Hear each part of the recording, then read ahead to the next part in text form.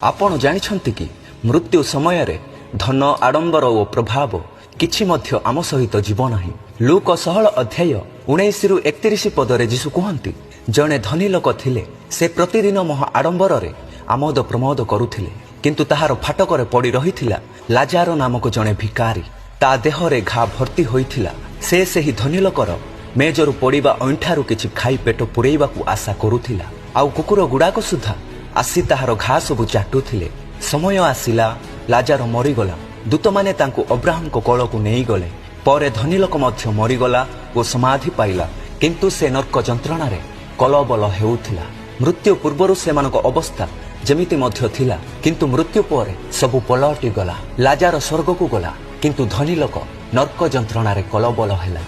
आज आम्भे माने मध्य धन, कंफर्ट आउ सक्सेस पछरे दौड़ू अछु, किंतु एही सबु मृत्यु समय रे किछि काम को आसीबो नाही। केवल आमे केमिति बंचिछु ताहा ही आम चिरकाल को निर्णय करिबो।